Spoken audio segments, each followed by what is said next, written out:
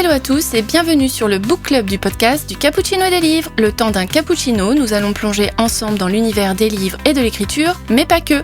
Nous avons hâte de partager avec vous nos coups de cœur littéraires, nos auteurs préférés et nos recommandations qui, nous l'espérons, vous inspireront. Que vous soyez un lecteur assidu ou que vous cherchiez simplement une nouvelle lecture, il y en aura pour tous les goûts. Alors c'est parti!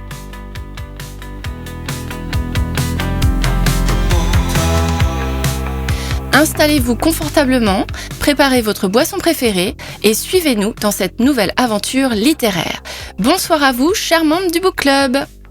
Hello. Bonsoir. Alors, pour ce deuxième numéro, nous avons choisi un thème passionnant, celui du Cozy Mystery. Nous avons hâte de vous faire découvrir les romans qui nous ont plu. Mais avant de commencer, j'ai deux petites questions à vous poser. Vous êtes prêts ? Oui. Alors, pour vous, qu'est-ce qui fait un bon Cozy Mystery ? Archie. Alors pour moi, c'est un peu l'image d'Épinal de peut-être la vieille campagne, peut-être que l'Angleterre, pour moi c'est des personnes âgées, c'est un cocon, c'est des boissons chaudes et un meurtre qui peut se résoudre sans quitter son canapé. C'est ce genre de choses là. Voilà.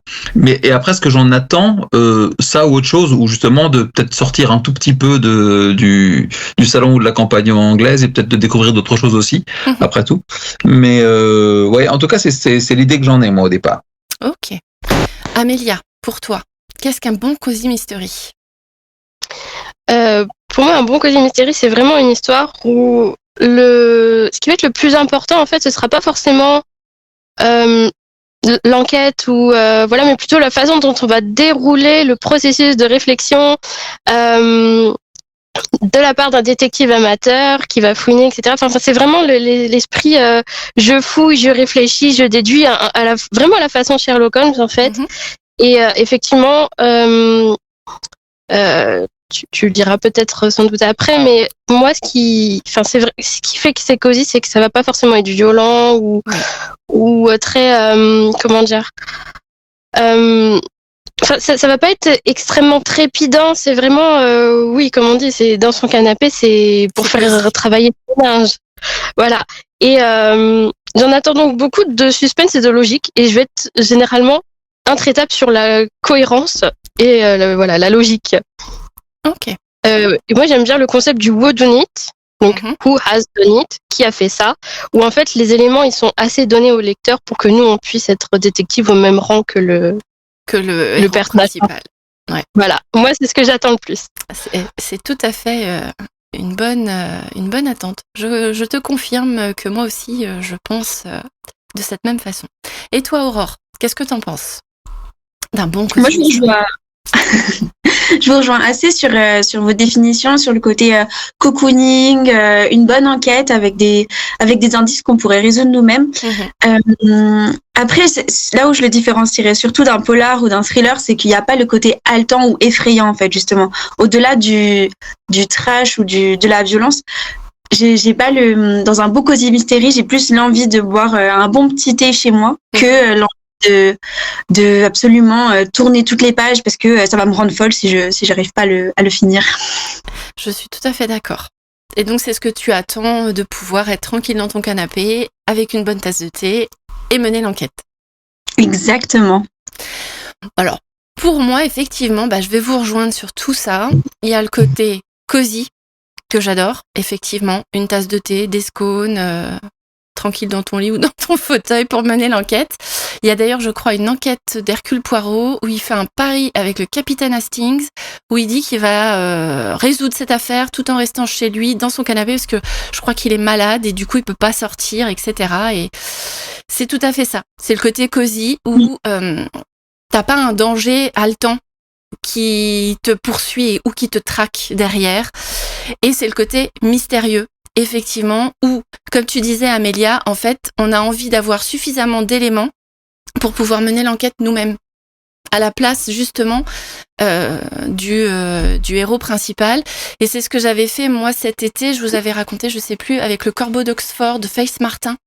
Je m'étais amusée à faire un tableau blanc à noter les suspects, le meurtre, les circonstances, les mobiles possibles en fonction des gens, etc. Et j'avais adoré mener l'enquête de mon canapé, chez moi, tranquille, effectivement. Alors maintenant, si on passe au côté définition du Cozy Mystery, de quoi ça parle ?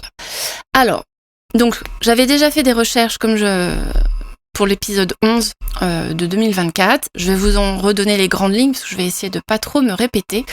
Le Cozy Mystery, c'est un sous-genre du polar qui se distingue par son approche plus légère et moins violente, comme tu disais Aurore, moins trash, des intrigues criminelles. Pour la recette, on y retrouve les ingrédients suivants. Une ambiance chaleureuse. Les Cozy Mystery se déroulent souvent dans des environnements familiers et confortables, comme des petites villes, des villages ou des communautés soudées. L'atmosphère est généralement amicale et accueillante. Comme tu disais, Archie, c'est souvent, il y a des retraités aussi. C'est vrai qu'il y a beaucoup de Cozy Mystery où ce sont les retraités qui mènent l'enquête. C'est ce que je reprends après, donc, dans des enquêteurs amateurs. Le protagoniste est souvent un amateur, comme un écrivain, dans Arabesque. Je ne sais pas si vous voyez, avec Jessica Lansbury, je crois. C'est ça. Un professeur, moi je crois que je pourrais vous citer une série, mais j'ai oublié son nom. Avec un des acteurs qui a joué dans Meurtre au paradis. Bref, j'ai oublié. Un retraité qui se retrouve impliqué dans une enquête. Ce personnage est généralement sympathique et accessible. Pour les retraités, je vous conseillerais de lire le Murder Club du jeudi de Richard Osman. C'est le premier livre que j'ai lu sur janvier 2025 et je me suis régalée. Ensuite, nous avons l'absence de description trash ou violente. Effectivement, les meurtres et les crimes sont souvent évoqués de manière suggestive plutôt que décrits en détail. Le focus est davantage sur l'énigme à résoudre que sur la violence elle-même. Des éléments de la vie quotidienne. Les Cozy Mystery intègrent souvent des éléments de la vie quotidienne, comme je disais, donc comme la cuisine, l'artisanat ou les relations interpersonnelles, qui ajoutent une dimension chaleureuse à l'intrigue. Effectivement, il y a toujours un thé et les scones. Il n'y a pas moyen de sortir de ce schéma-là. Les relations interpersonnelles, oui, parce qu'en fait, c'est toujours des petits groupes qui sont suffisamment soudés pour s'aider mutuellement à mener l'enquête, effectivement. Et une résolution positive. Les histoires se terminent généralement sur une note positive, avec un crime résolu et un sentiment de justice rétabli. En résumé, le Cozy Mystery se concentre sur des enquêtes légères et chaleureuses, souvent avec un protagoniste amateur et une atmosphère conviviale. Dans le même genre, je pourrais aussi vous conseiller Aurora Tea Garden. Je ne sais pas si vous connaissez, alors il y a la série télé avec Candace Cameron Bure et c'est extrait, ou je sais pas comment on dit, inspiré d'une œuvre de Charlene Harris, je crois, qui s'appelle pareil Aurora Tea Garden, et c'est en fait une libraire ou une bibliothécaire. Non, c'est une bibliothécaire, je crois, qui a monté un club d'amateurs de crimes non résolus et qui se réunit chaque semaine pour pouvoir résoudre des crimes avec des amis autour d'elle. Voilà pour ce que nous pensons donc du Cozy Mystery. Archie, on va commencer par toi et ton conseil de lecture et ton avis sur ça. Alors moi j'ai fait dans la simplicité parce que je dois avouer que je suis pas spécialement ni un connaisseur ni un lecteur de Cozy Mystery, si ce n'est évidemment l'œuvre d'Agatha Christie que j'ai commencé à lire au collège comme nombre d'entre nous et que j'ai adoré. Je ne sais pas si j'ai tout lu, mais en tout cas une bonne partie de l'œuvre. Et dans tous les romans qu'elle a pu écrire, mon personnage préféré reste Miss Marple. Je la mets au-dessus d'Hercule Poirot, moi. Et mon intrigue préférée, c'est dans le roman Némésis, qu'elle a écrit qui est paru en 71, elle l'a écrit juste avant, et qui est la dernière enquête qu'elle a écrite. D'accord. C'est pas le dernier Miss Marple qui est paru, parce que la dernière énigme qui est parue en 76, mais du coup à titre posthume, et elle avait écrite la dernière énigme en 40. D'accord. Sauf qu'elle le gardait de côté parce qu'elle l'a légué à son deuxième mari, Max Mallowan. Elle dit qu'en fait elle voulait s'assurer que ses héritiers ne seraient pas dans le besoin, et du coup elle leur a gardé 2-3 romans à pouvoir publier après sa mort, dont la dernière énigme. Voilà. Mais donc c'est la dernière enquête qu'elle a écrite pour Jane Marple. Et ce que je trouve génial dans ce roman-là en particulier, c'est d'abord qu'il est lié à un autre roman qui est qu'elle a écrit en 64 et qui s'appelle Le Major parlait trop. Je vais faire un tout petit résumé du Major parlait trop. L'histoire, c'est que Miss Marple est malade et que son neveu, pour qu'elle se remette sous les conseils du médecin, lui paye des vacances aux Antilles. Exact, aux Caraïbes. Voilà. C'est ça, aux Caraïbes. Et là, elle doit évidemment démêler un meurtre, bien évidemment, le meurtre d'un vieux militaire à la retraite. Et surtout, pendant son enquête, elle rencontre nombre de personnages, mais dont un certain Jason Raphael, qui est une espèce de vieux, riche homme d'affaires acariâtre et complètement désagréable. Sauf qu'elle se rapproche de lui parce que c'est le seul à lui parler avec énormément de franchise et dont elle dit qu'il l'a complètement percé à jour. À un moment, il lui parle en lui disant « Ah, elle est loin, la brave vieille bique plutôt godiche dont vous vous donnez l'air. » Ok. Voilà. Et sauf que ça lui plaît visiblement à Miss Marple parce que c'est lui qu'elle va chercher réveillée en pleine nuit avec un turban rose sur la tête et en se faisant passer elle-même pour Némésis, la déesse grecque de la vengeance, pour qu'il l'aide à empêcher un dernier meurtre dans cette affaire-là. Et donc plus tard, quand Agatha Christie écrit Némésis, on retrouve le personnage de Jason Raphael. En tout cas, on retrouve une lettre qu'il écrit à Miss Marple juste après sa mort. Miss Marple apprend la mort de Raphael dans les journaux et elle reçoit une lettre que Raphael lui a écrite et où il lui demande, en l'appelant Némésis, il lui demande de régler une affaire. Et ce qui est absolument génial dans le roman Némésis, c'est qu'on part d'absolument rien, de la même manière que Miss Marple. C'est-à-dire que tout ce qu'elle sait, c'est qu'elle doit résoudre une affaire. Elle ne sait pas, il n'y a pas de meurtre, il n'y a rien au départ. D'accord. Tout ce qu'elle a, c'est cette lettre de Raphael et dans la lettre, accompagnant la lettre, un billet pour une excursion des demeures et jardins anglais. Et donc elle va partir en car. Dans le car, il y a plein d'autres personnages qu'elle va rencontrer. Et c'est au fur et à mesure de ses pérégrinations dans le cours de cette excursion qu'elle va découvrir qu'évidemment, il y a un crime à résoudre. Quel est ce crime? Pourquoi? Comment? Etc. Jusqu'à la résolution finale, dont évidemment je ne vais pas parler. Mais ce qui est assez génial dans ce roman, justement, c'est de partir d'absolument rien en même temps que l'héroïne.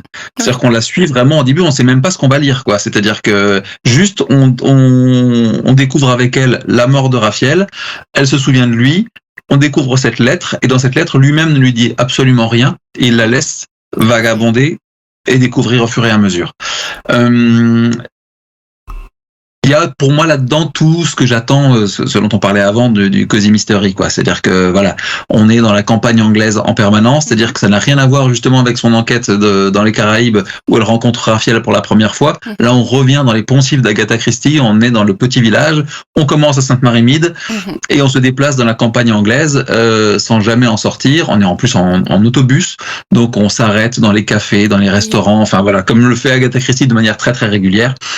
Et zéro violence, absolument aucune, mais quand même, on va dire une sorte de...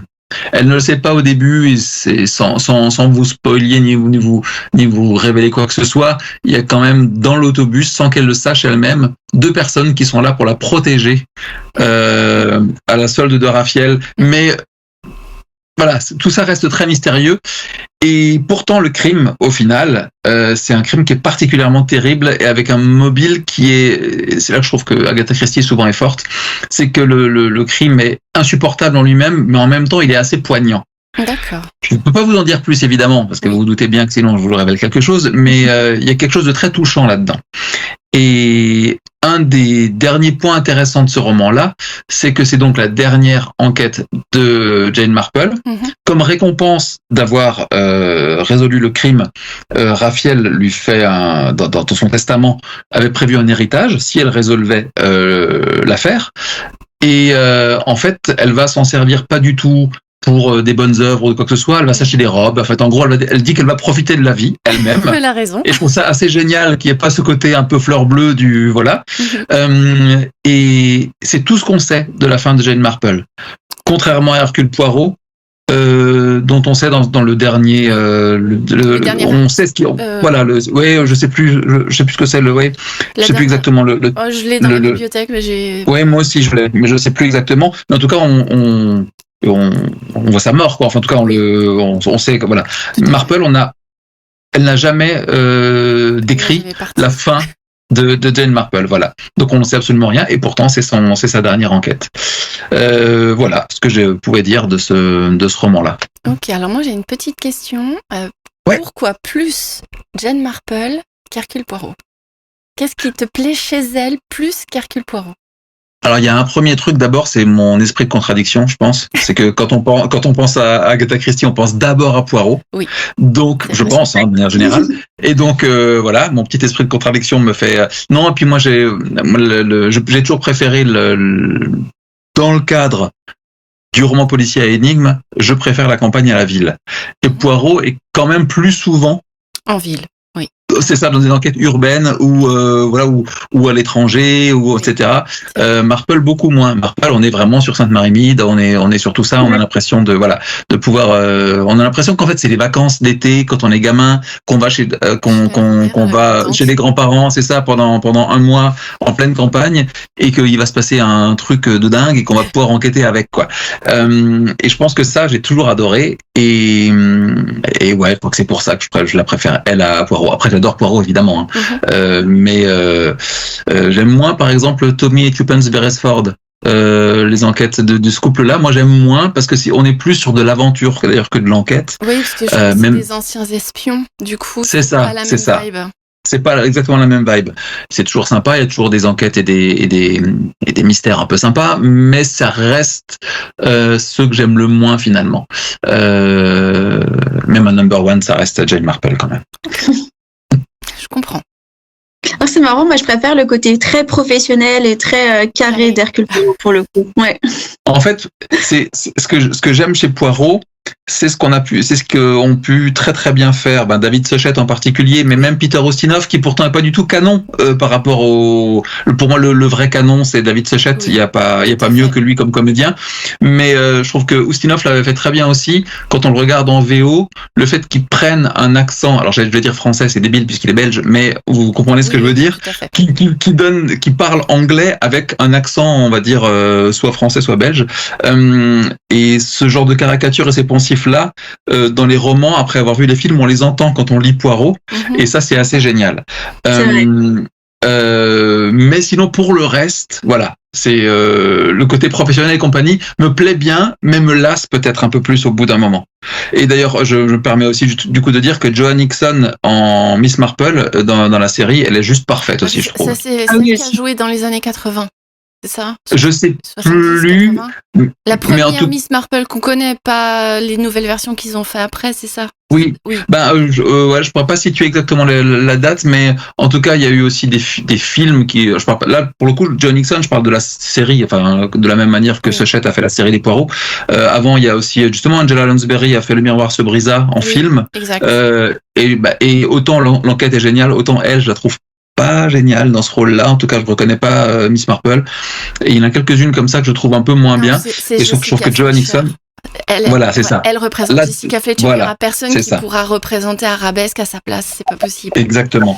Alors que Nixon, je la trouve parfaite. Je pense qu'il y a des acteurs qui nous marquent profondément, et je reconnais que je n'arrive pas à voir quelqu'un d'autre en Hercule Poirot que David Suchet. Oui, pourtant, il y a eu des nouvelles versions qui sont sorties récemment avec Keith Branagh, c'est ça ? Oui, Kenneth Branagh, effectivement. Voilà. Et d'ailleurs, moi je trouve qu'en plus, son parti pris est assez génial. Il en fait des enquêtes beaucoup plus punchy, avec beaucoup plus d'action. Un personnage de Poirot qui est pas du tout canon non plus, qui sait se battre, qui sait, voilà. Les enquêtes sont un peu modifiées d'ailleurs, et j'ai pu prendre beaucoup de plaisir à les voir, les trois au cinéma. Mais pour autant, on est d'accord que c'est pas Poirot, quoi. Non. Voilà. Mais ce que je trouve génial, c'est qu'il l'assume, par contre. C'est le pépère tranquille. Voilà, exactement. Oui. C'est celui qui, quand il arrive avec ses godasses, qui descend de la voiture et qui marche dans la boue, est super énervé pour toute la journée, juste parce qu'il a cradé ses chaussures. Surtout voilà. qu'il a des chaussures vernies. Mais justement, voilà, c'est ça qu'on aime chez Poirot. Et c'est vrai que pour ça, il le dénature complètement, Kenneth Branagh. Mais je trouve que c'est génial le fait qu'il assume le fait de changer complètement en Poirot, tout en conservant l'essence quand même. Enfin voilà. Mais bon, voilà, David Suchet en fera pas mieux. Ça, c'est sûr. Amélia, tu as une question? Non. Ok. Alors, on va passer... du coup, on passe à toi, Amélia. C'est ton tour. De quel livre tu veux nous parler? Je vais rester dans la... Je vais faire un petit prolongement de ce que présentait Archie parce que mon titre a beaucoup de choses à voir avec, pas forcément ce titre-là, mais son autrice. Donc moi, j'ai lu Ils étaient 7 de C.A. Larmer, qui a été publié chez le Cherche Midi en 2021. Il y a plusieurs tomes qui sont parus, ils sont pas tous en français maintenant. Donc là, moi, j'ai lu le premier tome. On n'est pas en Angleterre, on est dans une petite ville d'Australie. Oui. Et on se retrouve aux côtés de deux sœurs qui ont une synergie que j'ai trouvée assez amusante. Elles sont complices mais opposées en caractère. On a une introvertie qui réfléchit trop et une extravertie un peu YOLO, si je peux me permettre l'expression. Sont les protagonistes, mais elles ne seront pas les seules parce qu'il va y en avoir plusieurs autres avec elles et je vais y revenir dans un instant. Ce qui m'a amusé, c'est l'étincelle qui commence l'histoire en fait. C'est qu'Alicia, donc l'une des deux sœurs, quitte un club de lecture barbant et un peu tête sec. Et elle, ce qu'elle veut, c'est du cosy et du mystère. Donc, ça rentre un peu dans notre thématique du jour. Tout à fait. Et j'ai d'ailleurs juste extrait une petite citation à ce point parce que je trouvais ça assez rigolo. De son point de vue, elle dit « Peut-être que les clubs de lecture étaient-ils une relique du passé. Y avait-il des gens, hormis sa propre famille, puisqu'elle parle de sa sœur qui l'a rejoint dans le club, pour passer des heures sans bouger à lire un polar? Avaient-ils tous migré vers Netflix, les blogs et les podcasts? Je plaide coupable avec vous. » Mais donc voilà, elle, ce qu'elle veut, c'est parler passionnément de polar, d'énigmes et d'Agatha Christie, de préférence. Et on voit que rien que dans le titre du roman, déjà, on a une référence directe avec l'ex-roman qui s'appelait Deep Teenègre, qui a été renommé en Ils étaient 10. Ouais. Mon préféré d'Agatha Christie, soit dit en passant. Ok. C'est vraiment celui qui m'a retourné le cerveau et je me suis dit, mais j'adore ça. Voilà. Et dans ce roman, on va beaucoup parler de l'autrice et c'est vraiment une ode en fait à Agatha Christie de A à Z. Oui. On va vraiment rendre honneur à toutes ses œuvres, à sa vie, à ce qu'elle était, sa façon d'écrire, etc. Et comme moi je connais cette bibliographie pas entière, j'avoue, il y a des titres qui sont cités que je ne connais pas forcément, mais c'est vraiment une ode et ça fait plaisir parce que ça donne envie de les découvrir si on les connaît pas, ou de les relire, etc. Parce que les personnages dedans sont hyper passionnés par l'autrice en fait. Ils ne font que parler d'elle. Oui. Ils disent le club va parler de plusieurs autres romans. On en a un à la fin où ils vont dire oui, on va parler de celui-là dans le prochain club, enfin réunion de club, voilà. Et en fait, ils vont parler que j'arrive plus à parler. Agatha Christie, pardonnez-moi. Et elle va même être une sorte de clé dans le roman. Mais je n'en dirai pas plus sur ce point-là. J'ai vraiment beaucoup aimé le fait qu'en fait, on se retrouve avec une espèce de troupe de turluberlus de tous horizons. De tout âge, enfin vraiment ils étaient tous différents, hyper fouineurs, un brin mystérieux aussi parce que moi je suis partie du coup dans ma lecture avec le biais cognitif que peut-être que l'histoire aurait un rapport avec le titre d'Agatha Christie. Je vais pas dire oui ou non, mais je vais dire pas exactement. Et du coup on retrouve un peu le fait que chaque personnage en fait a des côtés cachés dans ce club et on va au fur et à mesure en apprendre un peu plus sur les uns les autres. Et c'est, je pense, ce qui m'a le plus plu. Plus peut-être que le mystère de premier plan, parce que j'ai aimé le concept du mystère. Il y a un des membres du club qui en vérité n'a pas envie de lire et qui est là pour un tout autre dessein, un tout autre but. Et il va effectivement y avoir des personnages, une véritable enquête avec une disparition et des complications dans celle-ci. Mais une fois qu'on comprend le petit truc en fait de cette énigme, de ce comment on appelle ça, j'avais le mot. J'aime bien le sortir habituellement, mais je l'ai plus. Mais en fait, le modus operandi. Quand on comprend comment la personne s'est organisée pour faire ceci ou pas, etc. J'ai été un peu c'était peut-être un peu facile, un peu trop. Mhm. Je peux pas en dire plus, mais disons que moi, du coup, j'ai un peu décroché de cette enquête-là et je me suis focalisée sur toutes les micro-intrigues en dessous qui étaient focalisées sur les personnages du club pour savoir. Du coup, j'ai essayé de comprendre à travers les discussions non plus ce qui se disait sur l'enquête principale, mais lire entre les lignes pour comprendre ce que cachaient les personnages autour d'Alicia et sa sœur et dans le club. Voilà. Ok. Donc le concept était bien, mais peut-être un petit peu facile. Et sur la fin, je me suis dit bon, en fait, sur la fin, j'ai laissé couler l'enquête et je me suis focalisée sur les personnages, qui étaient hyper attachants. On apprend à les apprécier. Moi, j'ai beaucoup aimé. Mais du coup, voilà. Le côté mystérie était bien, mais sans plus pour ma part. Et j'ai été plus emballée par le côté cosy avec bon petit vin, petite cuisine, des amitiés et plus qui se tissent, l'envie de justice et les membres du club qui sont soudés. Voilà. Ok. J'ai une petite question, mais tu as peut-être répondu, j'ai peut-être pas fait attention. Ils ont quel âge les héros du roman? Alors il y a quasiment tous les âges parce que alors là comme ça je sais plus, mais les deux sœurs, Ils ont la il y en a, trentaine, je crois. c'est sa trentaine avec une un peu plus grande. Il y a une jeune fille bibliothécaire, elle a 23, 26 ans, un truc comme ça, donc un peu plus jeune encore. Il y a Un mec qui doit pareil avoir 30, 35 ans, je crois. le Oui, disons médecin, qu'ils il a 30 ans, je crois à peu En tout près. cas, ils sont ni enfants ni vieillards, on va dire. dans Quoi. la Ça Non. reste, ils sont voilà. Il y a mûr et un peu plus mûr, genre il y a 40, 45 ans peut-être grand max, mais on est entre 26 et 45, je crois. Ok, ouais. Voilà. Ok. Alors après, moi, pour l'avoir lu, effectivement, il y a bien le côté cosy. Je trouve quand même que l'intrigue, elle est tirée par les cheveux.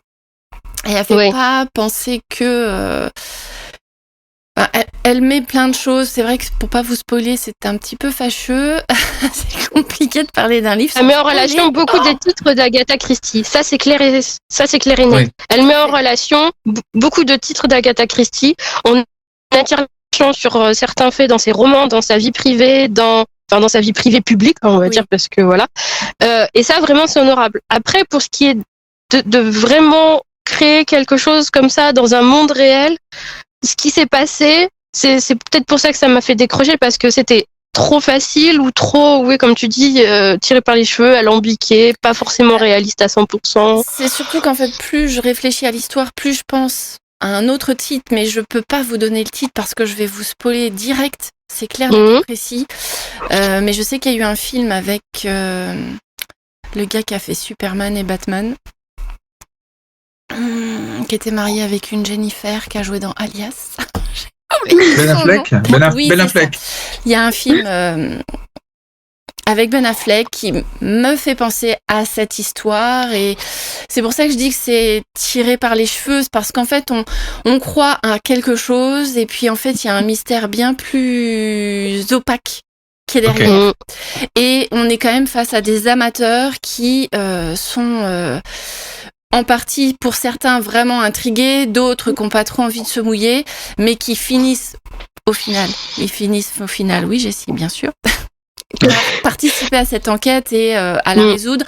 Et c'est vrai qu'il y a ce petit rappel d'un passage de la vie d'Agatha Christie qui est toujours aussi mystérieux à aujourd'hui. Et oui, les fameux 2 jours où je peux un peu plus. Je crois que c'est 2. Ouais, c'est ça, voilà, disparu. Tout à fait. Donc c'est un mélange de ces deux histoires. Enfin, je pense. Est-ce que tu es d'accord avec moi, Amélia? Est-ce que vous voyez de quelle histoire je parle avec Ben Affleck sans vous spoiler? Celle-là, non. Celle-là, Mais celle-là, je vois pas. Deuxième, oui. Bon, je vous le dirai hors micro, hors caméra, hors enregistrement, parce que... Mais ça va vous spoiler, donc si vous l'avez pas lu, c'est fâcheux. Ce sera que pour les membres du club, c'est pas grave. On laisse les auditeurs dans le mystère. Ok, ça marche. Aurore, est-ce que tu as une question par rapport à ce roman?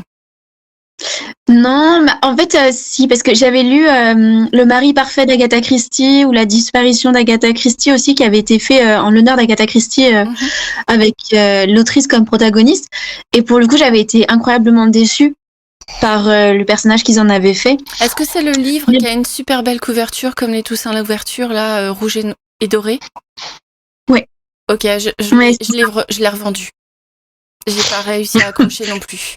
Ouais, bah en fait, et du coup, je voulais savoir, est-ce que toi aussi, tu as eu cette appréhension-là, ou est-ce que t'as pas été déçu justement par l'interprétation des œuvres d'Agatha Christie qu'ils ont faites dans le livre, ou est-ce que c'était, au contraire, t'as trouvé ça plutôt bien fait, et pour les amateurs d'Agatha Christie, c'est positif?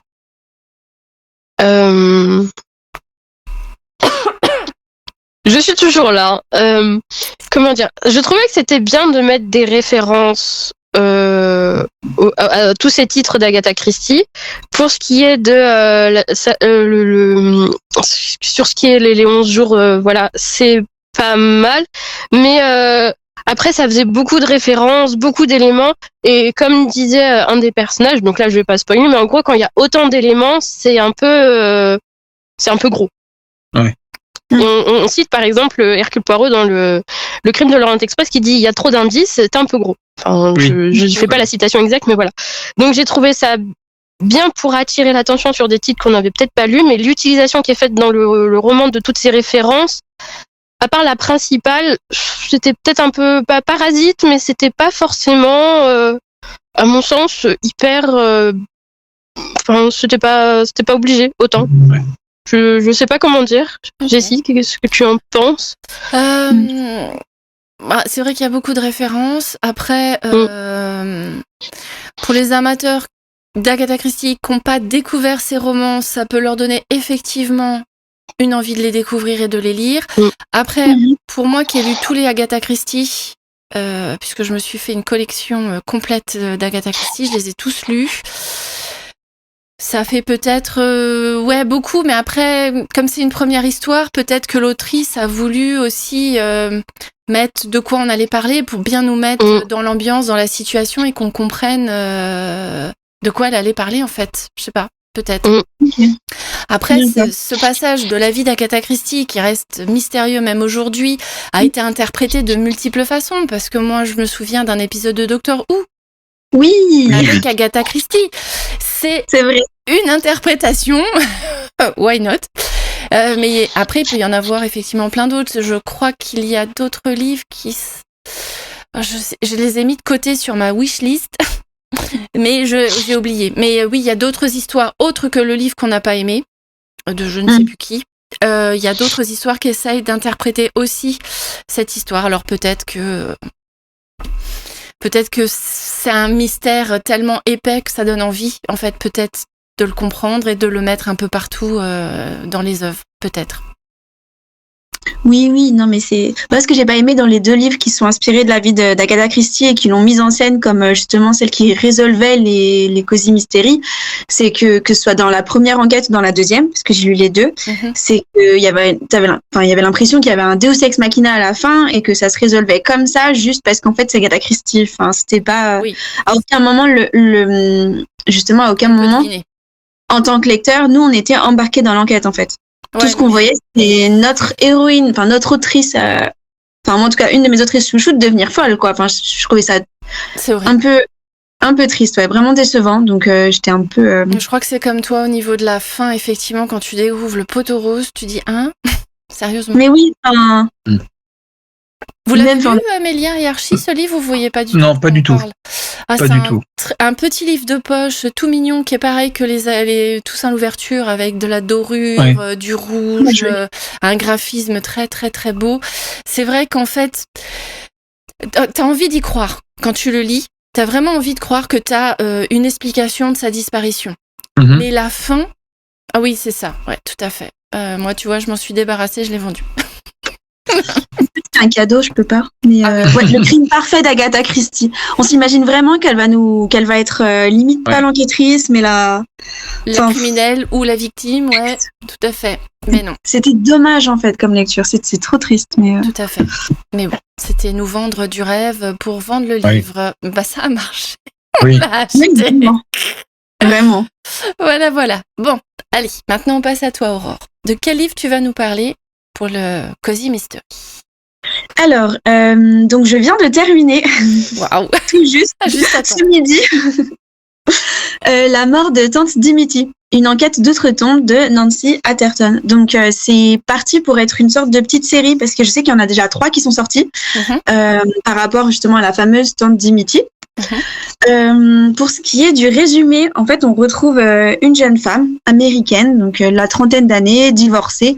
Rien ne va dans sa vie. Elle a perdu sa maman il y a quelques mois et vraiment, il n'y a rien qui va.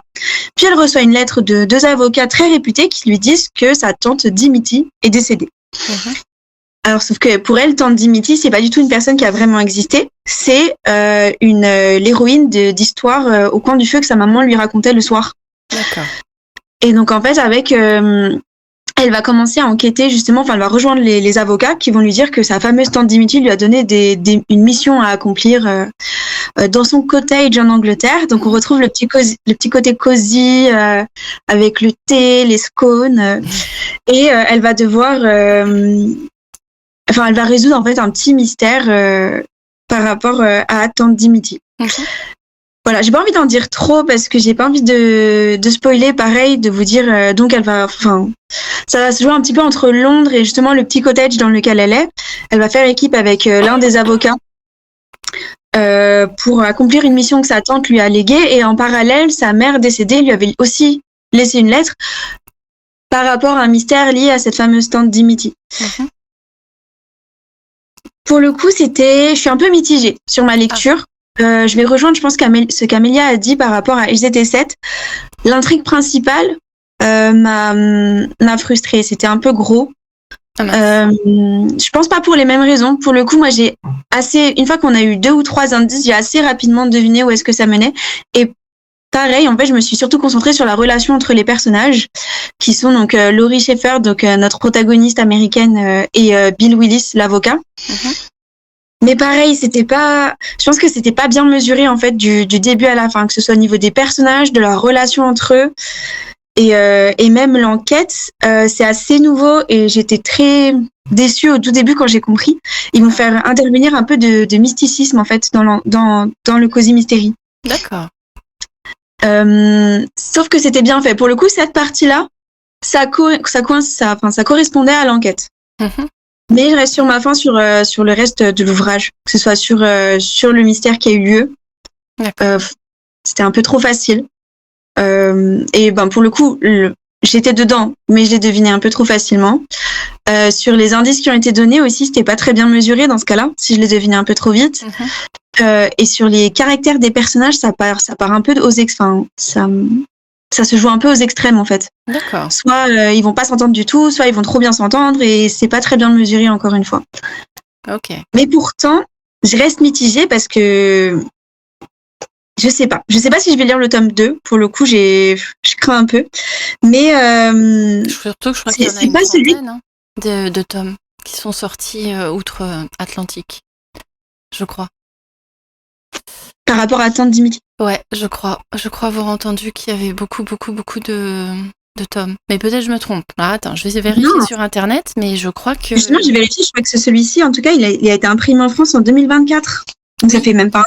Mais je crois que c'est une ancienne série aussi. Alors attends. Comme Anna Swenson. Je crois que c'est une... Alors attends. Je vais mettre nombre de tomes sur Internet. Comme ça, on verra si ça dit quelque chose. Nombre de tomes. Pour l'instant, j'en vois 3. 25 livres. Les 25 de Tante Dimity, les 25 livres de la série. Ah, pour le coup, je pense pas continuer la série. Si c'est 25, ça fait beaucoup. Je pense que ça va me... je trouve la couverture est trop belle, elle donnait envie. Mais comme je disais, c'est pas le Cozy Mystery qui m'a le plus déçu pour autant. Tu vois, je suis pas sûre de le revendre pour le coup. Je me dis peut-être que je lui laisserai une chance, peut-être qu'à un moment je continuerai. Parce que même s'il était... En fait, il est un peu à part, je trouve, par rapport aux autres Cozy Mystery, vu que le mystère, c'est pas par rapport à un meurtre ni rien, c'est juste par rapport à une enquête qu'elle doit faire dans son propre entourage. On retrouve un personnage emblématique qui risque de revenir et qui risque d'être prometteur. Et même si c'était pas très bien équilibré au niveau de la relation entre les personnages, on sent que ça s'améliore au fur et à mesure du bouquin. Que plus ça va, plus c'est facile à lire. Mais un livre que j'aurais dû lire théoriquement en 2 jours, là j'ai mis quand même 6 ou 7 jours. Et c'est ça que ça m'a un peu... Après j'ai lu des BD en parallèle parce que pour le travail, mais c'est vrai que c'était pas le go-to, c'était pas un livre page-turner comme j'aime bien.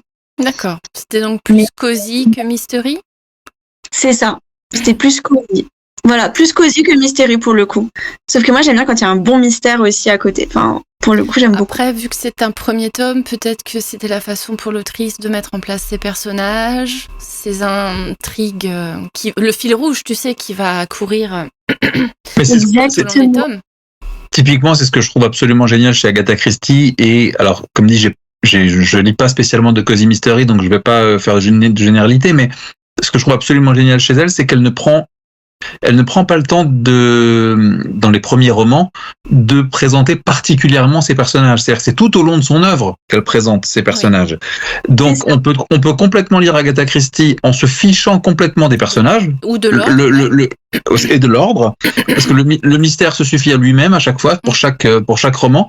Et en même temps, c'est assez génial de se rendre compte à quel point certains romans se répondent, certains se croisent sur la géographie, sur des personnages qui reviennent, qui s'en vont, qui meurent, et qu'en fait on se rend compte que c'est beaucoup plus foisonnant a priori et beaucoup plus cohérent comme monde comme univers en tout cas qu'une simple succession d'enquêtes qui ont pas de rapport les unes avec les autres. Et d'ailleurs les Moutons électriques avaient édité il y a quelques années de ça maintenant, je sais plus comment, une série qui s'appelle Les Nombreuses Vies 2. Et alors ils ont pris plein de personnages de littérature. Il y a Frankenstein, il y a Dracula, il y a Harry Potter, il y en a plein. Il y a Cthulhu, il y a Les Nombreuses Vies de Miss Marple et Les Nombreuses Vies d'Hercule Poirot. Et le principe de ces sortes d'anthologies, j'ai envie de dire, c'est que ils partent du principe que les personnages ont vraiment existé. Et ils les replacent dans leur contexte historique.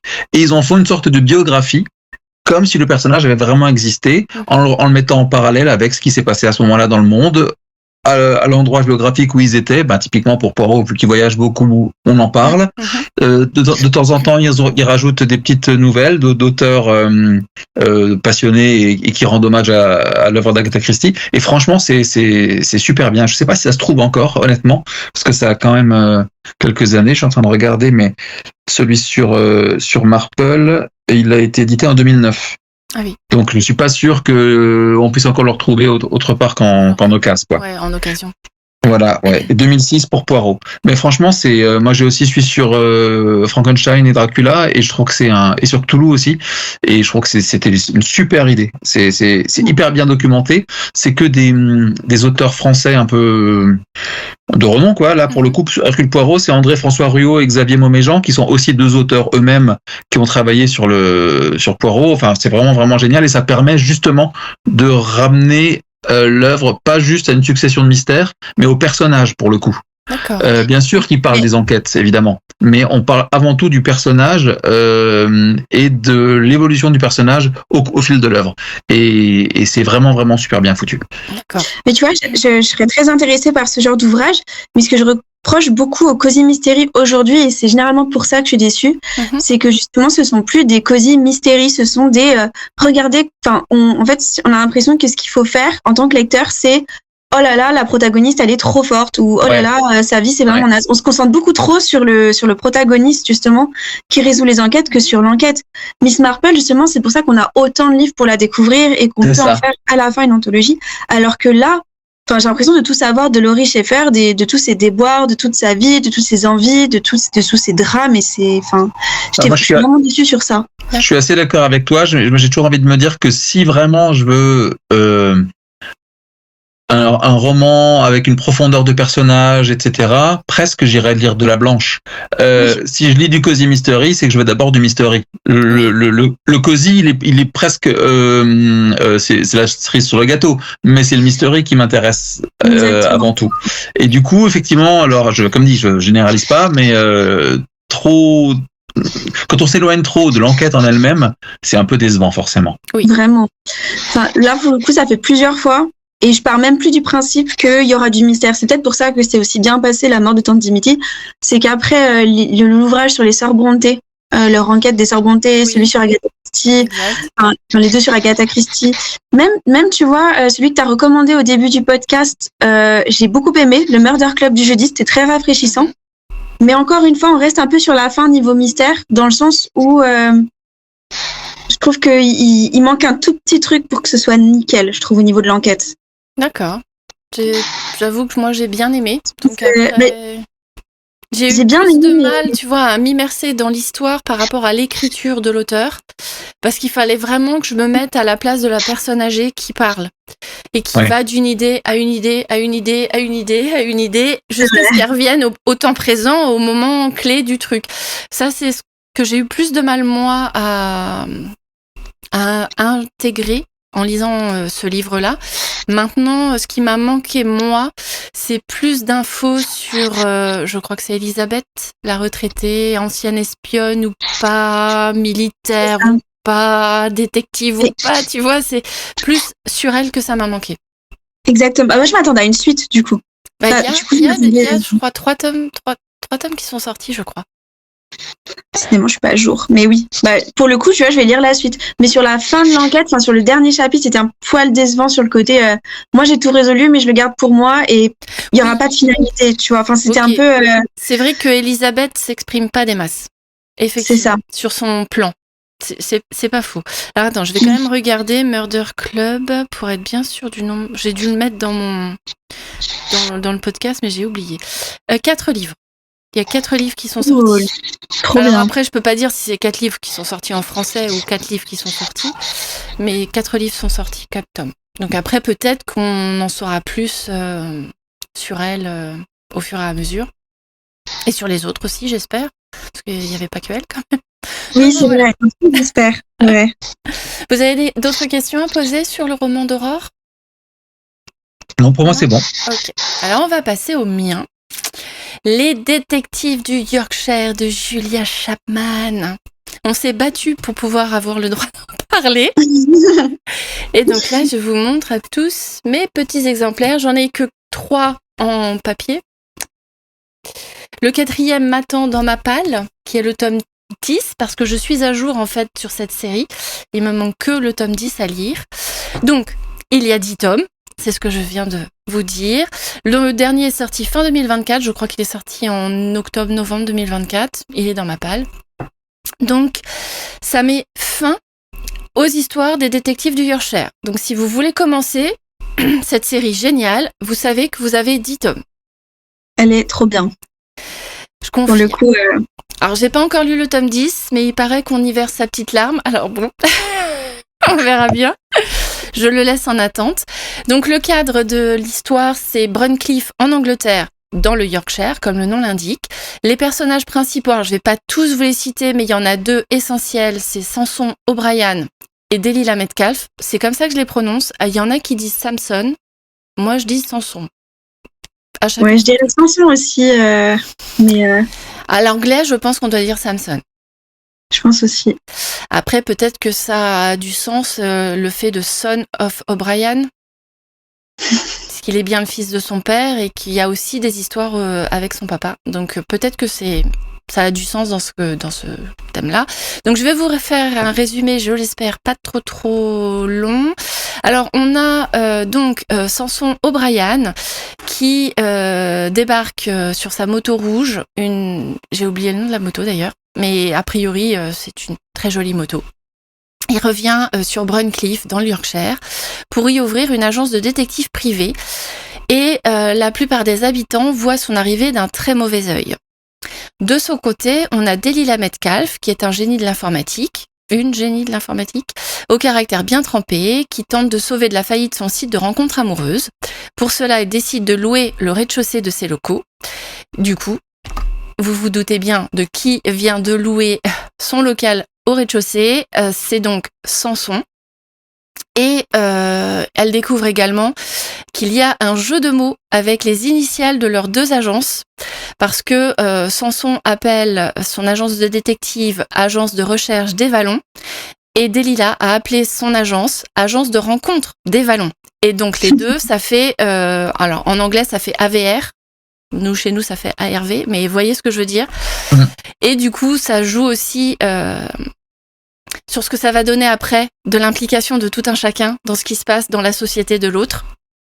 Et les choses prennent un tour inattendu lorsque Samson met au jour une série de morts suspectes dont la piste mène tout droit à l'agence de rencontre de Delilah. C'est comme ça qu'on commence à être implanté dans l'histoire de Bruncliffe. Alors je vais essayer, dans mon avis, de pas trop vous spoiler, j'espère, parce qu'il y a quand même 10 tomes et ce serait vraiment cool que vous gardiez la surprise de toutes les révélations, de toutes les enquêtes et de tout ce qu'on découvre tout au long de leur histoire. Donc dès les premières pages, comme dans tous les Cozy Mystery, on est transporté dans la campagne anglaise. Il y a une atmosphère assez captivante avec des personnages flamboyants, avec des personnalités flamboyantes, des traits de caractère bien marqués pour certains, ce qui ajoute une touche pour moi de couleur à chaque intrigue parce que chaque personnage va apporter sa petite touche à lui. Et puis il y a la météo anglaise, typiquement capricieuse à souhait, qui contribue à donner justement une ambiance mystérieuse, immersive, parfaite pour faire des enquêtes palpitantes. Enfin moi, en tout cas, c'est ce que je trouve. Et chaque tome a été pour moi un véritable bijou, habilement construit, où l'ensemble de la communauté se retrouve impliquée dans la résolution des différents meurtres qui surviennent. On y découvre une ambiance anglaise savoureuse, aussi réconfortante qu'une tasse de thé bien chaud. Le duo Samson et Delilah est un vrai régal à suivre, vraiment, ce qui commence par des débuts difficiles, puis au fur et à mesure, on voit leur évolution, l'évolution de leur relation. On voit se créer entre eux une dynamique qui est assez touchante et pleine de complicité, parce que vraiment chacun va s'impliquer dans la vie de l'autre.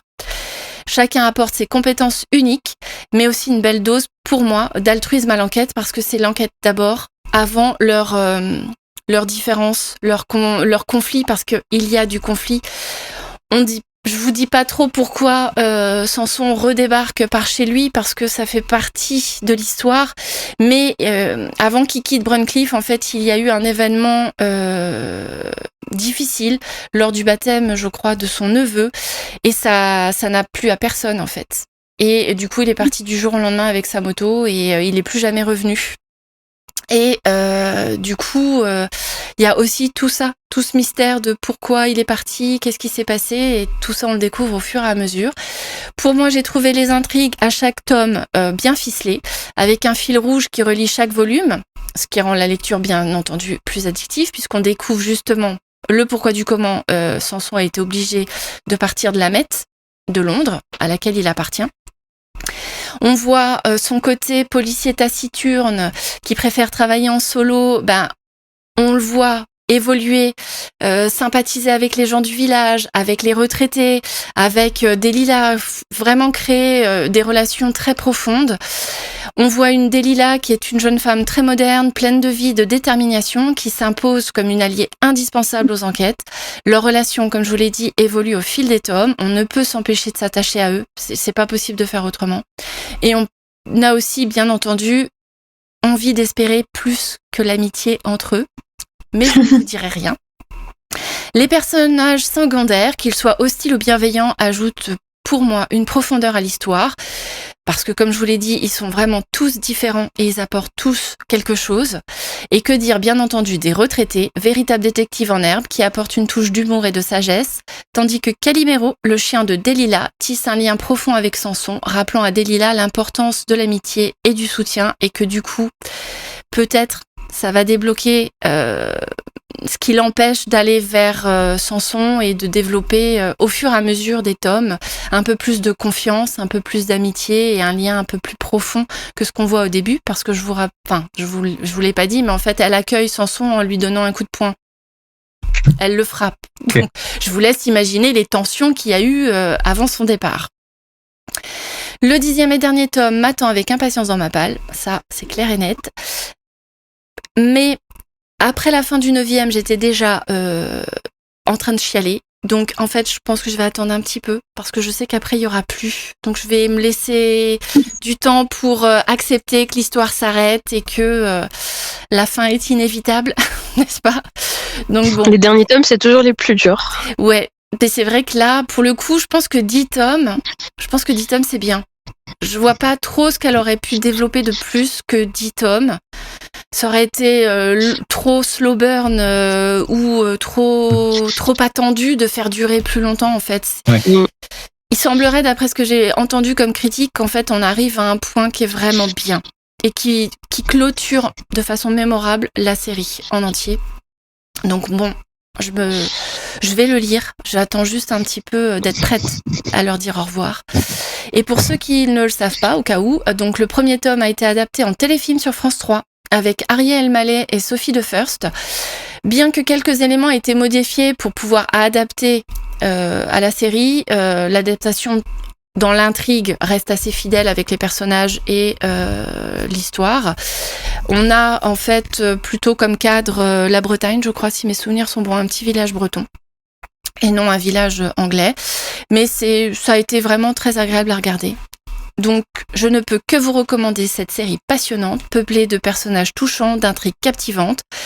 Plongez-vous dans les détectives du Yorkshire et laissez-vous emporter par le charme de Bruncliffe. Je suis sûre qu'il vous atteindra en plein cœur. Et alors moi, j'ai tout de suite une question. Oui.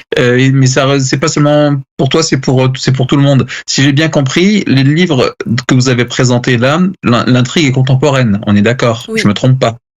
Tout à fait. Est-ce que le fait que ce soit contemporain, ça entache pas un tout petit peu l'ambiance Cozy Mystery? Parce que dans l'archétype que je me suis fait moi-même du Cozy Mystery, mais c'est à cause d'Agatha Christie, c'est pas à cause d'autre chose, hein. Le fait qu'il y ait par exemple, qu'il n'y ait pas Internet, qu'il n'y ait pas l'informatique, qu'il n'y ait pas tout ça, Ouais. rajoute, pour moi, à l'intérêt, rajoute au cosy en fait, rajoute au côté petit salon de campagne et etc. Et mais là, c'est une vraie question de néophyte puisque, comme dit, j'ai pas lu le type de roman que vous avez présenté.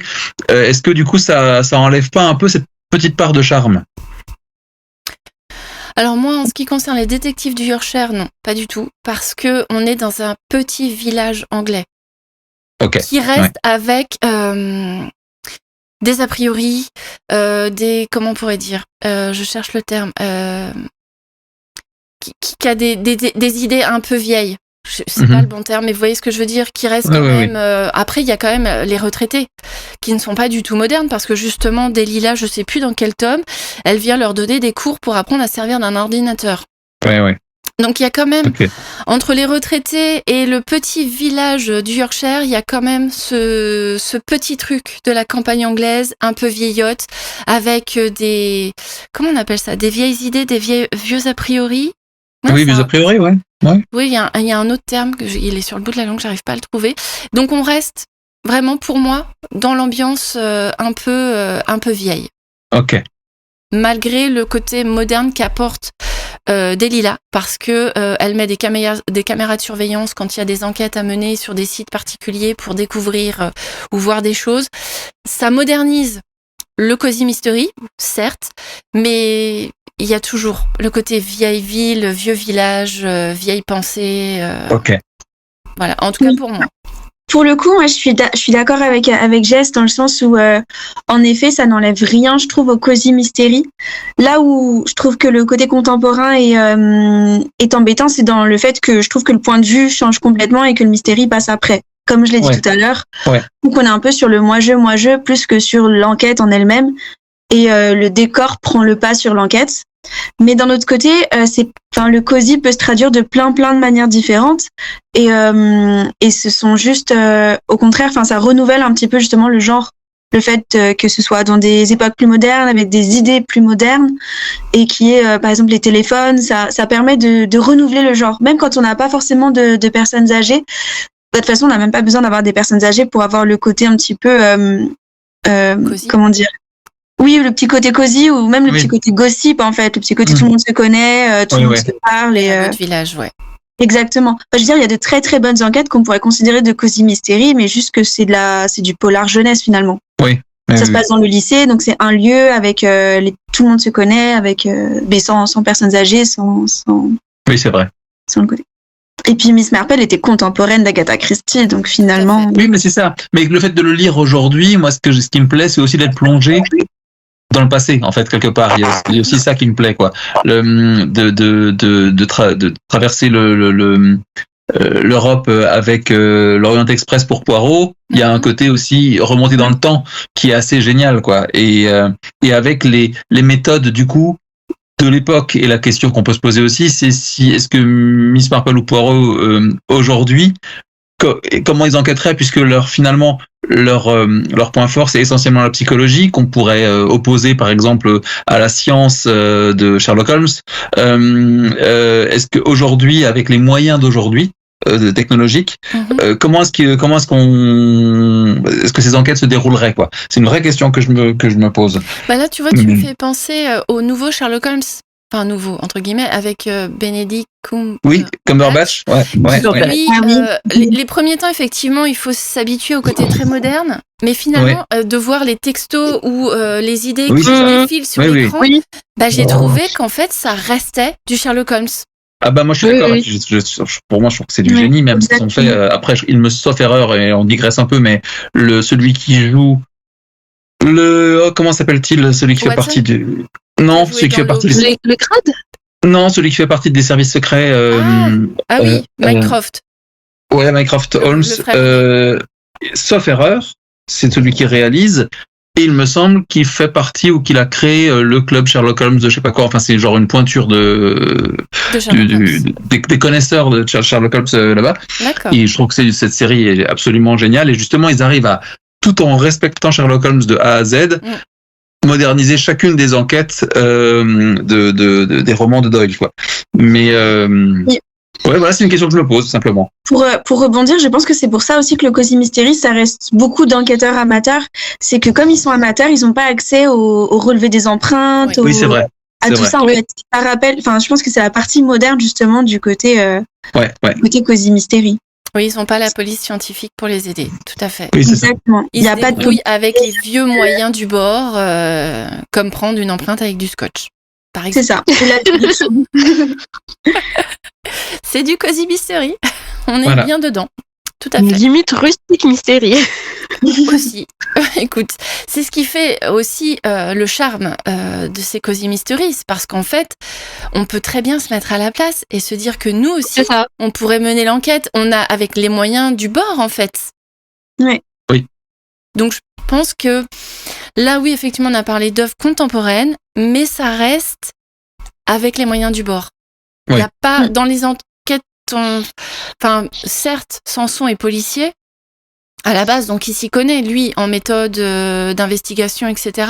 Mais il n'utilise pas complètement ses connaissances de policier pour pouvoir mener l'enquête. Il utilise aussi son sixième sens, son instinct. Vous voyez ce que je veux dire ? Ce qu'il ressent au fond de lui. Et c'est ça, en fait, je pense, qui fait le Cozy Mystery aussi. C'est ce que tu ressens, toi, face à quelque chose, tu te dis non, c'est pas clair, non, c'est pas possible, non, il y a quelque chose qui va pas. Tu vois ça aussi, c'est typique des Cozy Mystery. Les gens ont une intuition. Alors, il y a le sens de déduction, etc., forcément qui est très très poussé chez eux, mais il y a vraiment le fait de je sens que là on me ment. Là, je sens qu'il y a quelque chose qui est pas dit, quelque chose qui a fouillé, quelque chose. C'est vraiment. Oui, on repose sur l'intuition plus que sur la technologie ou que. Enfin voilà, moi c'est quelque chose que j'aime beaucoup parce que moi je sais que je suis hyper intuitive et hyper, comme j'ai dit, j'adore avoir des réflexions hyper compliquées, poussées dans les petits détails, etc., un peu à la Sherlock. Et j'aime voir des personnages qui effectivement vont pas utiliser, je dis n'importe quoi, un Google, un logiciel d'analyse, un truc, un machin, mais vraiment réfléchir et établir reconstituer des scènes, comprendre des mystères, etc. Je pense que sur les Cozy Mystery, c'est beaucoup mieux que par exemple dans des policiers ou alors pas les thrillers parce que des fois les thrillers on en fait vraiment trop étalage, mais même les policiers contemporains. On a plus réflexion. On est plus sur de la réflexion, vraiment. On est sur de la déduction. On essaye de comprendre et de sentir où le bas blesse. Un peu comme, alors il y a eu une série de télé Netflix avec l'actrice qui joue Enid dans Mercredi. Comment ça s'appelle ? C'est adapté d'un livre où pareil. En tant que jeune adolescente, elle mène une enquête sur un meurtre qui a eu lieu dans son lycée. Et elle va l'utiliser comme sujet pour sa présentation, pour son diplôme, pour son année. Je sais pas si vous voyez de quoi je parle. Je peux pas t'aider. Quelque chose, oui. Et elle utilise son tableau de liège ou enfin son mur où elle a collé des photos, des indices, des articles de journaux ou enfin plein de trucs comme ça. Et elle est pas si moderne que ça, alors que c'est une adolescente de nos jours. Vous voyez ce que je veux dire? Oui. Et elle mène son enquête avec son fameux fil rouge, comme on fait avec notre fil de laine rouge, là, pour essayer de Lui, elle est très chouette, cette série, en plus. créer les chemins. J'ai oublié son nom, Sacrin du Boudin. Moi aussi. Mais bon, ça reste effectivement, ça reste du cosy. Alors c'est un peu plus thriller le sien que du cosy mystery de base, mais ça reste, oui. Il y a semble-t-il quand même un intérêt pour le mystère principal quand même. Tout à fait. On n'est pas que sur le palpitant et le frissonnant. On est sur vraiment comprendre ce qui s'est passé, pourquoi, comment. Donc ça reste un peu mystérieux, ouais. C'est tout l'intérêt des cosy mystery. En tout cas, à mon niveau, Oui. c'est qu'on peut se mettre à leur place et faire exactement comme eux. Comme la jeune fille qui décide de mener l'enquête elle-même pour son dossier de présentation pour son diplôme. Et elle se débrouille avec ce qu'elle a pour essayer de mener l'enquête. Elle va interroger les gens. C'est ce que fait le détective amateur du cosy mystery. Voilà. En tout cas, c'est ce que je pense. Oui. Je suis complètement d'accord. Est-ce que vous avez d'autres choses à partager sur les cosy mystery? Pour moi, c'est bon. Ok, alors moi je vais juste vous poser une petite question qui n'est pas marquée dans le script. La vilaine que je suis. Petite question. En tant qu'auteur, est-ce que vous utilisez des éléments du cosy mystery pour vous aider à écrire votre roman? Oui. Ah, on t'écoute. En tout cas, celui qui le premier que j'ai écrit et qui a été envoyé aux maisons d'édition en attente de réponse. Il n'y a pas de crime à résoudre. D'accord. Mais l'idée, c'est quand même de savoir comment l'intrigue va se résoudre d'elle-même, même s'il n'y a pas de crime. Et j'ai 2 narrations qui se déroulent en parallèle au même moment et qui n'ont au départ absolument rien à voir l'une avec l'autre et dont on va découvrir au fur et à mesure qu'elles sont évidemment liées. Et c'est cette manière de lier ces 2 intrigues qui, je pense, relève un peu on va dire au moins du roman policier. Elle est peut-être pas du cosy mystery, mais du roman policier. Je dirais cosy mystery dans le sens où tout se passe dans une petite bourgade. Donc là-dessus, on peut peut-être se rapprocher un peu du cosy mystery. Mais moi, il y a du fantastique aussi dedans, donc forcément, on s'en éloigne. Mais cette idée de petits indices distillés au fur et à mesure du récit entre les 2 fils narratifs qui permettent de les faire se rejoindre à la fin, peut-être que ça, oui, effectivement, ça a une petite connotation et un petit emprunt au roman policier. Principe du roman policier. Ouais. Aurore, Amélia? De mon côté, je suis assez d'accord en fait même pour le déroulé de l'histoire. Après, moi, pareil, c'est plutôt du fantasy que du mystérie. Mais pour le déroulé de l'histoire, il faut qu'il y ait une sorte de tension qui s'installe et une sorte de finalité qui doivent aboutir. Donc, pour le coup, c'est vrai que l'utilisation des éléments du cosy mystery avec les indices, les demi-mensonges et les incompréhensions, voire même les quiproquos, les fausses vérités, c'est un peu indispensable pour beaucoup de récits. D'accord. Amélia, pour tes réécritures de contes, est-ce que tu te sers un peu des techniques narratives du policier? Alors, pour les réécritures de contes, pas beaucoup. Enfin, par exemple, dans mon premier roman, là, Pour l'amour du prince oiseau, il y a tout un mystère parce que moi, je me suis concentrée sur le personnage du méchant du conte de fées. Alors, dans L'oiseau bleu de Madame D'aulnoy, elle s'appelle Truitonne. Moi, elle s'appelle Calypso. Et du coup, moi, j'essaye d'explorer pourquoi est-ce qu'elle est méchante. Qu'est-ce qui s'est passé? Qu'est-ce qu'il y a eu dans sa vie, etc. Il y a un petit peu de détective, mais vraiment pas beaucoup. D'accord. Après, j'écris des réécritures de contes et un peu de thriller fantastique. Bon, on s'en fout. Je vais spoiler un tout petit peu mes projets d'après, mais par exemple, j'ai des enquêtes inspirées des contes de fées et des enquêtes inspirées des cercles démoniaques. Là, on va pas être dans le cosy mystery du tout. Je vais pas être trash, mais je vais être un peu plus... Enfin, il y aura un peu de violence. Mais je suis très proche des romans de détective dans la mesure où j'essaye de placer le lecteur comme deuxième enquêteur dans mes romans à chaque fois. Donc ça va pas être cosy. On n'est pas forcément sur des amateurs. Parce que par exemple, il y en a un de mes personnages sur un lieutenant de police. Bon, une police un peu particulière, mais un lieutenant de police. Mais effectivement, je vais faire plus reposer moins sur les technologies ou les appuis institutionnelle, analyse, institut légal, etc. Mais plutôt sur le côté détective. Enquête, déduction, intuition. C'est ça. Parce que moi, j'adore ça et j'aime beaucoup, en fait, qu'à travers mon roman, en fait, je place le lecteur en tant que deuxième assistant. En fait, mes lecteurs sont un peu des Watson. D'accord. Alors moi, je dirais que, bon, comme j'écris un Cozy Mystery, enfin, j'ai écrit, ça y est, il est déjà présenté à 16 maisons d'édition, les gars. Bref, je suis en attente. Moi, j'ai écrit un Cozy Mystery fantastique, effectivement, mais je suis partie d'un principe que j'avais entendu dire de Agatha Christie, où j'ai utilisé une sorte de frise temporelle, où j'ai écrit mon meurtre de A jusqu'à Z, où j'avais les tenants, les aboutissants, les moments, les instants clés, à quel moment il aurait pu avoir mis l'indice, le poison, le machin, le truc, le bidule. J'ai refait en fait toute une frise où j'ai tout écrit sur ma frise. Et après, je me suis servi de cette frise pour distiller mes indices à droite, à gauche, mes fausses vérités, mes demi-mensonges, etc., pour pouvoir effectivement arriver à la fin de mon enquête. Moi, c'est ce que j'ai utilisé comme technique d'écriture. Ok. Voilà, ça vous a pas trop embêté? Une question qui était pas dans Non, le du script, tout. c'est Non, pas du tout, préparé on du passe. tout. Mais ça veut dire, Jessie, que tu as été d'abord criminelle avant d'être autrice et enquêtrice. Exactement. Oh! Tout à fait. Tu sais, quand on fait des études de criminaux, ouais, on apprend des choses. C'est sympa. D'accord. Alors, maintenant qu'on a tout dit, ou presque, sur les Cozy Mystery, est-ce que vous pourriez me dire un petit mot sur vos lectures en cours? Archie? Alors moi en ce moment je suis pas dans un roman, je suis dans une BD. Je viens de finir le premier tome de The Nice House on the Lake. D'accord. Donc je vais commencer le deuxième là demain, très certainement, peut-être ce soir. Pour l'instant j'adore. En fait je suis en train d'essayer de lire le maximum de livres et le maximum de BD, de voir le maximum de séries et de films possibles sur tout ce qui peut toucher à du post-apocalyptique et en particulier en huis clos. Et là, pour le coup, on est vraiment dans le huis clos pour le coup en plus. Et je trouve que le dessin génial et pour l'instant le scénario me botte aussi beaucoup.